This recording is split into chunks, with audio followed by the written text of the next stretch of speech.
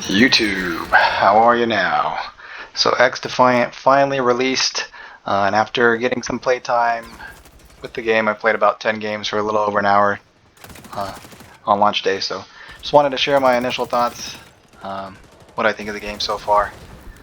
So overall, it's pretty fun to play when it works the way that it's supposed to. So the netcode is still pretty bad. Sometimes when the netcode works, it feels really good. Like when your shots are on point and people die quickly, the game is fun to play. But there's times where your bullets don't do anything. Sometimes hit registration is pretty bad. You die behind cover, pretty far behind cover, that kind of stuff. So it's pretty frequent. So it's not a very consistent experience. So they definitely need to tighten up the netcode for sure. That was the main problem with the beta as well. But it does feel a little bit better than the beta, but it still needs work. So when the netcode feels good, the game feels good, but when it doesn't feel good, it's pretty frustrating as well. So the time to kill and time to death seems very, very, very different. So a lot of times I'll die pretty much instantly. Like I can't even react to being shot. But when I shoot people, they're able to run away or turn around and start shooting back at me and that kind of stuff. So time to kill and time to death, the difference between the two is massive. So that always seems to be a problem with first-person shooters when they first release, though. So I'm guessing that's probably intentional, just to get everybody playing the game. So if everybody's playing the game, there's going to be a lot of bad connections, that kind of stuff. So they probably allow the lag compensation and that kind of stuff to be pretty bad in the beginning and then tighten it up over time after enough people got time with the game and played the game and invested time. So they'll probably stick around, even though as the netcode tightens up, their experience might get worse if they have bad connections. But still pretty bad in the beginning. But as long as they can work that out, I think the game has quite a bit of potential. Like I said, when it works, the game's fun. When it doesn't work, it's pretty frustrating. So just got to get consistency between the experience. But yeah, one of the main things that I noticed is unlock progression is pretty slow. So I played 10 games, and in that time I got to level 12, but I only got the one gun, the MDR, so I've only been using the MDR from the battle pass exclusively, unless I run out of ammo and have to switch to another gun. But I've only been using the MDR for those 10 games, and I've only gotten the MDR to level 8. So unlocking attachments, unlocking weapons, that kind of stuff takes quite a while. So the weapon unlock system seems to be based on challenges. So instead of just leveling up your character and unlocking weapons, it seems to be you have to use certain weapons. So like if you want to unlock assault rifles, you have to use assault rifles to unlock other assault rifles. If you want to unlock SMGs, you have to use SMGs. So I'm not sure if I'm a fan of that, because the unlock system seems pretty slow, and if you want to use some of the better guns in each class, you're going to have to spend time in those classes using other guns until you can unlock the gun that you want to use. So not a big fan of the unlock system so far, and then it's also a little too slow. So 10 games in, even though I was usually at the top of the leaderboard or close to the top, highest score, getting a lot of kills every game, getting a lot of objective points and that kind of stuff. So even with all that, still only level 12, only level 8 on the one gun that I've been using. So progression's a little too slow, I think. Hopefully they can give some boost to that in the future, double XP or whatever, or stuff in the battle pass to make that go a little bit faster. I can't imagine trying to level up all the guns and unlock all the guns to try to get the stats and stuff, because they did make some changes to the weapon stats. So of the guns that I've unlocked so far and tested the stats, only a couple of them actually changed.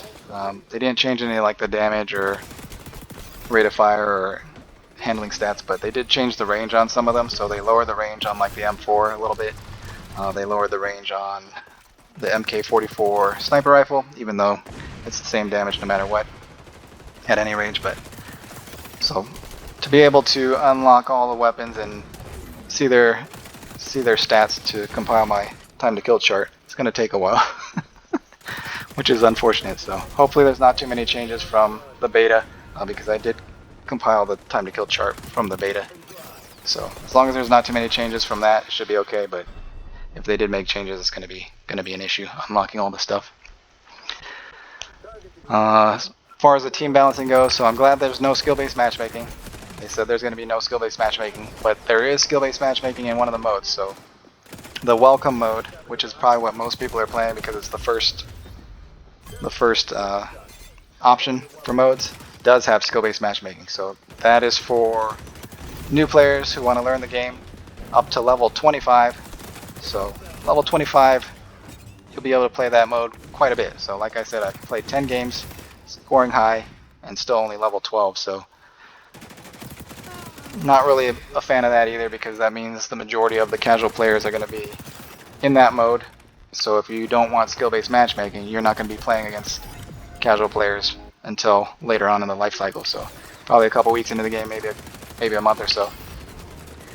Once they level up to level 25, then everybody will be in the same lobbies. But it's unfortunate that they split it that way, because basically what's going to happen is the casual players are just going to play that, and then the people who don't want skill-based matchmaking are going to avoid that, but those are the better players anyway, so it's going to be like having skill-based matchmaking anyway outside of that mode. So until everybody hits around level 25 and that mode disappears for them. But it makes sense that they would do that, though.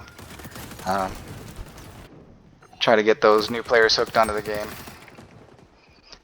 invested in the game, so that when the skill-based matchmaking does disappear, they don't just drop the game immediately because they put the time in and maybe unlock stuff and want to unlock other stuff, so they'll probably keep playing, hopefully. That seems to be what they expect to happen, but who knows if that'll happen or not. Casual players may just drop off before they even hit level 25, so we'll see how that works out. If not, it's gonna be like not having skill-based matchmaking, or it's gonna be like having skill-based matchmaking.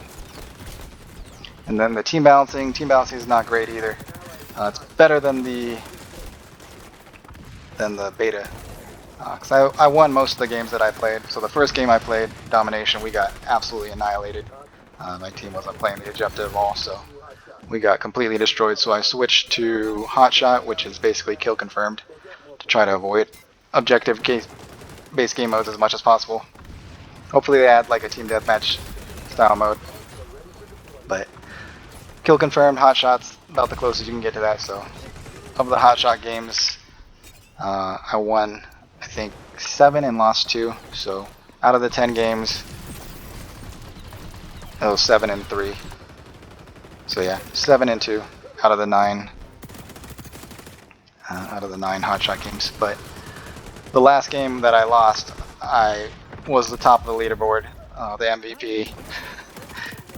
Had like 37 kills, 2 KD, and we still lost. It was close, but we still lost. So hopefully they don't make the team balancing too strict, where it feels like the good player has to do literally everything just to have a chance at winning. Because those games aren't fun, where it feels like there's literally nothing that you can do to win the game. You're going to lose no matter what, even if you have your best game ever. Those aren't enjoyable games. So hopefully they tone down the team balancing a little bit, so it's not so much like that. It's more like a schoolyard pick, where they just split up the best players and split up the worst players onto different teams. So every team has a variation of skill, and they don't just put all the worst players on the best players team to try to even it out. Especially in objective-based game modes, that's not going to work out. So one player against an entire team, even if that player is significantly better as an individual, in team-based game modes like this, where objective play matters, one player is not going to be able to win a game against six okay players, you know? Especially if everybody on their team is terrible. So, but it's not so bad. The beta was really bad, because I lost like 7 games in a row, even though I was playing the objective as hard as possible and usually leading the lobby and that kind of stuff too. So they've toned it down, so that's nice. But hopefully it's not too bad overall. So I don't expect to win every game, but at the same time, if I do really well, I would want at least to feel like it made a difference, you know? not if I do really well and we still lose by a mile. So.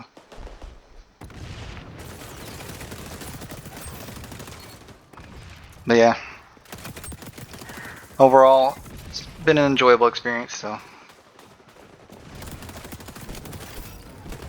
hopefully they keep adding new content, new guns, that kind of stuff, because the only new guns so far that I've seen is the MDR.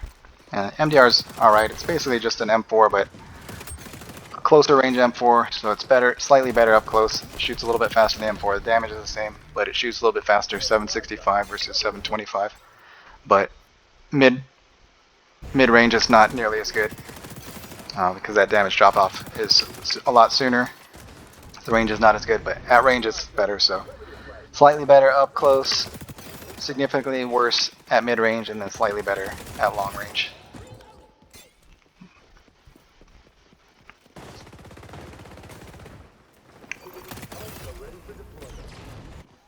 Yeah. Haven't really played around with any of the different classes besides the shield guy and then the heal guy. I like the shield guy. He has extra health, 120 versus 100 standard on everybody else. But they all have their own specialties. So like the fire guy does more damage with his bullets, and then he's got that drone that just kills people with fire in a row. If you can get them in a row, like my team likes to line up in a row and get murdered by that thing. Or the splash damage thing. So if you just accidentally run into a ton of people, you can just drop that firebomb and kill everybody. So not the biggest fan of the specialist, but it's not a big deal either. So supposedly they're going to be adding a mode where there are no specialists, so might check that out, but I don't think it will really make that big of a difference.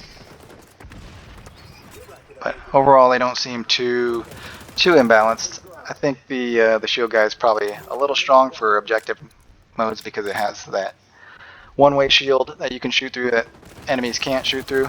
So you can just drop that on the objective and cap the zone. And then it also has that bubble shield, the super. So plus 120 health. It's a little strong, but not that big a deal.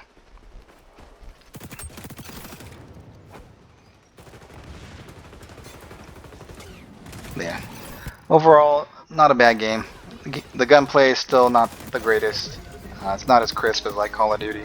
Feels a little floaty, but that could be due to the netcode and the hit registration, that kind of stuff too. But it's just not as crisp as Call of Duty. But it's enjoyable. So the fact that it doesn't have skill-based matchmaking and they advertise that as their main thing, I'm at least willing to give it a try, support it, because any game that's willing to go against the grain of hidden skill-based matchmaking, engagement optimized matchmaking, that kind of stuff, all for it, because I'm not a fan of that system in first-person shooters. There's just no real competitive integrity when everybody has a different baseline, because the matchmaking is manipulating things behind the scenes for players based on their hidden skill rating, their matchmaking rating. So nothing to show for being a good player, just get harder lobbies. No progression, no feel like you're improving or anything like that. So not a fan of that system. So any game that is willing to not use hidden skill-based matchmaking, I will at least try. I'll try to support as much as possible, but the game still has to be good. So game's decent, it's not terrible, but it's not the greatest either. So hopefully, if they improve the netcode and that kind of stuff, the gunplay feels better, more crisp, that kind of stuff. But at the moment, it's a little floaty. Hit registration is not the greatest, so when the shots hit, the game feels good. But when they go through enemies and don't hit, it's not that enjoyable of a gameplay experience. So hopefully they iron that out and get it all figured out. But overall, I enjoy it. I'll keep playing, see how it is. But it's going to be a grind to unlock all the weapons. So yeah, this is overall after 10 games my stats. So not terrible, but not bad either. Yeah.